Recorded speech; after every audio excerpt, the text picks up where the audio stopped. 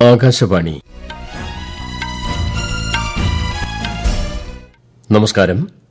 വാർത്തകൾ വായിക്കുന്നത് തുളസിദാസ് പരമേശ്വരൻ.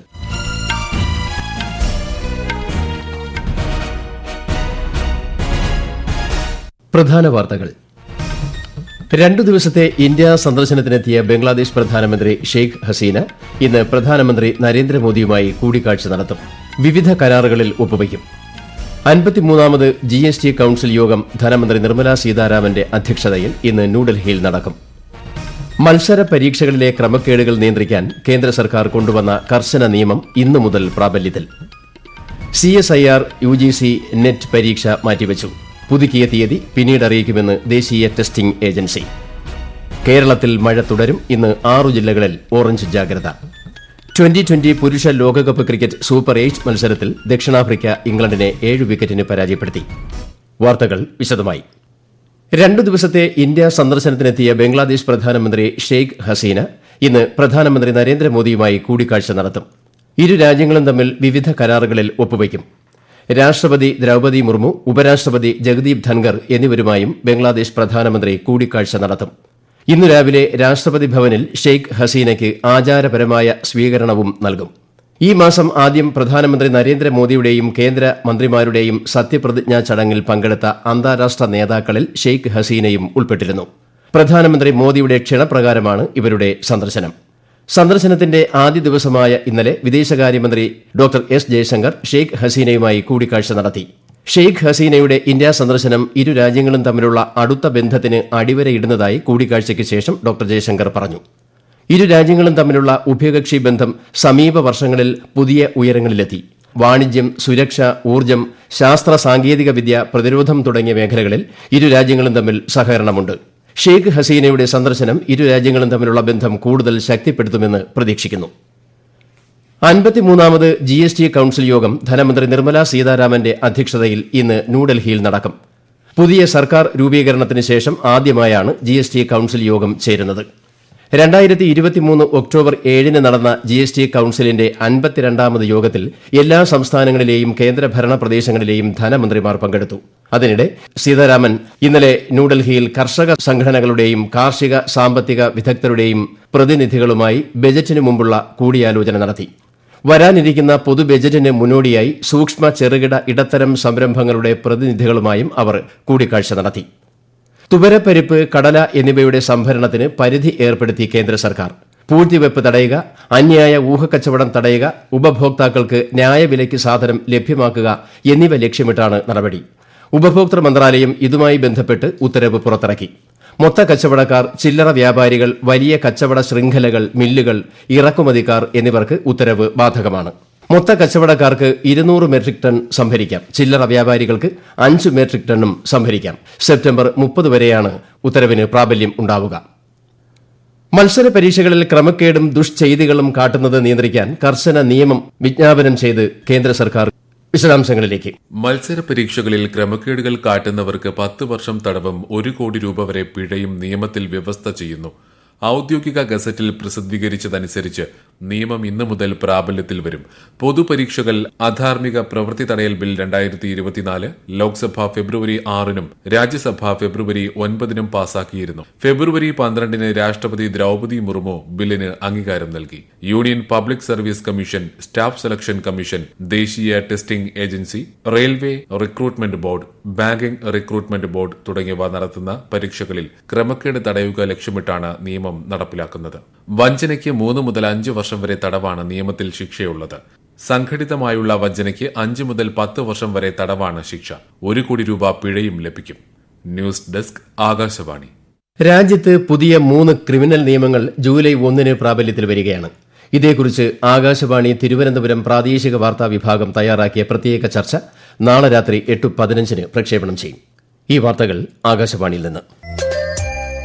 ആകാശവാണി വാർത്തകളും വാർത്താധിഷ്ഠിത പരിപാടികളും all India radio news Thiruvananthapuram എന്ന യൂട്യൂബ് ചാനലിൽ ലഭ്യമാണ്.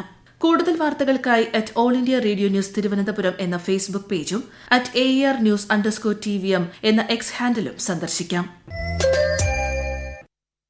2020 പുരുഷ ലോകകപ്പ് ക്രിക്കറ്റിൽ സൂപ്പർ 8 മത്സരത്തിൽ ഇന്നലെ നടന്ന കളിയിൽ ദക്ഷിണാഫ്രിക്ക ഇംഗ്ലണ്ടിനെ 7 വിക്കറ്റിന് പരാജയപ്പെടുത്തി.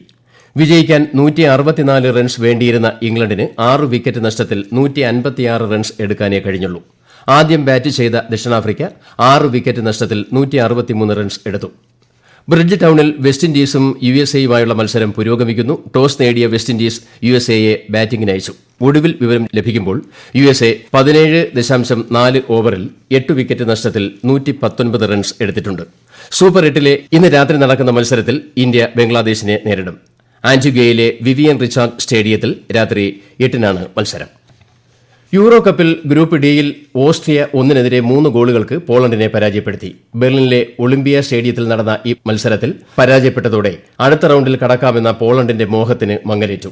നേരത്തെ ആദ്യ മത്സരത്തിൽ പോളണ്ട് നെതർലൻഡ്സിനോട് തോറ്റിരുന്നു. ഗ്രൂപ്പ് ഡിയിൽ ഇന്ന് ഫ്രാൻസ് നെതർലൻഡ്സുമായി ഏറ്റുമുട്ടും.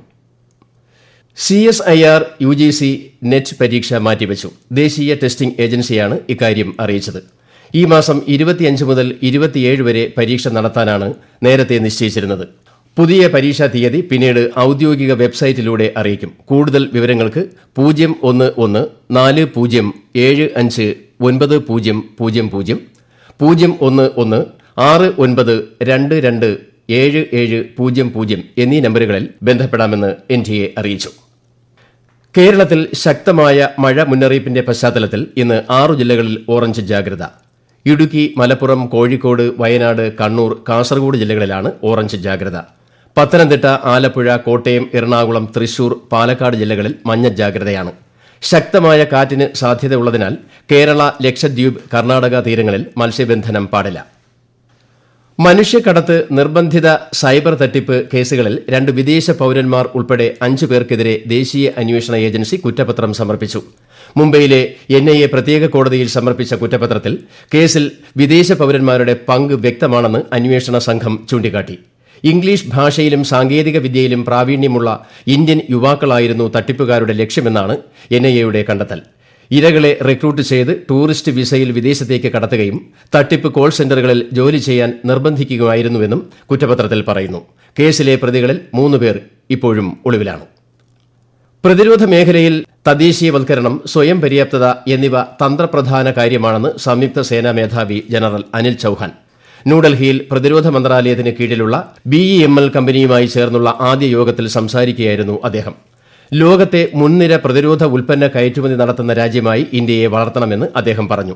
വ്യോമസേനാ മേധാവി air chief marshal VR Chaudhari, കര, നാവിക, വ്യോമസേനകളിലും തീരസംരക്ഷണ സേനയിലും നിന്നുള്ള ഉന്നത ഉദ്യോഗസ്ഥർ തുടങ്ങിയവർ യോഗത്തിൽ പങ്കെടുത്തു. 10ാമത് അന്താരാഷ്ട്ര യോഗ ദിനം ശ്രീലങ്കയിലെ ട്രിങ്കോമാലി, ഗാലേക്കോട്ട, ഉമൻദെവ ആഗോള ബുദ്ധഗ്രാമം എന്നിവിടങ്ങളിൽ ഇന്നലെ ആഘോഷിച്ചു. ഗാലേക്കോട്ടയിലെ ആഘോഷത്തിന് വേണ്ട ഒരുക്കങ്ങൾ ഹമ്പൻ തോട്ടയിലെ ഇന്ത്യൻ കോൺസുലേറ്റ് ജനറൽ ആണ് നടത്തിയത്. ജീവിതത്തിന്റെ വിവിധ മേഖലകളിലുള്ള 300-ലേറെ പേർ യോഗാഭ്യാസത്തിൽ പങ്കുകൊണ്ടു. ഉമൻദെവ ആഗോള ബുദ്ധഗ്രാമത്തിലെ പരിപാടി കാൻജിയിലെ ഇന്ത്യൻ ഹൈക്കമ്മീഷനാണ് സംഘടിപ്പിച്ചത്. ട്രിങ്കോമാലിയിൽ ഇന്നലെ എത്തിയ ഇന്ത്യൻ നാവിക സേനാ കപ്പൽ കമോർത്തിയിലാണ് ഇരു രാജ്യങ്ങളിലെയും സൈനികർ യോഗാദിനം ആചരിച്ചത്. അന്താരാഷ്ട്ര യോഗ ദിനത്തോടനുബന്ധിച്ച് ഇന്ത്യൻ ഹൈക്കമ്മീഷൻ 10 ദിവസത്തെ യോഗ മഹോത്സവം ശ്രീലങ്കയിൽ സംഘടിപ്പിച്ചിട്ടുണ്ട്. 2024-ലെ റോയിറ്റേഴ്സ് സർവേയിൽ ഇന്ത്യയുടെ ഏറ്റവും വിശ്വാസ്യതയുള്ള വാർത്താ മാധ്യമമായി ആകാശവാണി വാർത്താ വിഭാഗം അംഗീകരിക്കപ്പെട്ടു. ഓക്സ്ഫോർഡ് യൂണിവേഴ്സിറ്റിയിലെ Reuters institute for the study of journalism നടത്തിയ സർവേയിലാണ് അംഗീകാരം. രാജ്യത്തെ പ്രമുഖ മാധ്യമ സ്ഥാപനങ്ങളെ അപേക്ഷിച്ച് വിശ്വാസ്യതയിൽ ആകാശവാണി വാർത്തകൾ ഏറെ മുന്നിട്ട് നിൽക്കുന്നതായി സർവേ വെളിപ്പെടുത്തി. പ്രധാന വാർത്തകൾ വീണ്ടും. 2 ദിവസത്തെ ഇന്ത്യ സന്ദർശനത്തിനെത്തിയ ബംഗ്ലാദേശ് പ്രധാനമന്ത്രി ഷെയ്ഖ് ഹസീന ഇന്ന് പ്രധാനമന്ത്രി നരേന്ദ്രമോദിയുമായി കൂടിക്കാഴ്ച നടത്തും. വിവിധ കരാറുകളിൽ ഒപ്പുവയ്ക്കും. 53ാമത് GST കൌൺസിൽ യോഗം ധനമന്ത്രി നിർമ്മല സീതാരാമന്റെ അധ്യക്ഷതയിൽ ഇന്ന് ന്യൂഡൽഹിയിൽ നടക്കും. മത്സര പരീക്ഷകളിലെ ക്രമക്കേടുകൾ നിയന്ത്രിക്കാൻ കേന്ദ്ര സർക്കാർ കൊണ്ടുവന്ന കർശന നിയമം ഇന്നു മുതൽ പ്രാബല്യത്തിൽ. CSIR UGC നെറ്റ് പരീക്ഷ മാറ്റിവെച്ചു. പുതുക്കിയ തീയതി പിന്നീട് അറിയിക്കുമെന്ന് ദേശീയ ടെസ്റ്റിംഗ് ഏജൻസി. കേരളത്തിൽ മഴ തുടരും. ഇന്ന് 6 ജില്ലകളിൽ ഓറഞ്ച് ജാഗ്രത. 2020 പുരുഷ ലോകകപ്പ് ക്രിക്കറ്റ് സൂപ്പർ 8 മത്സരത്തിൽ ദക്ഷിണാഫ്രിക്ക ഇംഗ്ലണ്ടിനെ 7 വിക്കറ്റിന് പരാജയപ്പെടുത്തി. വാർത്തകൾ കഴിഞ്ഞു. അടുത്ത വാർത്താ പ്രക്ഷേപണം ഉച്ചയ്ക്ക് 12:30.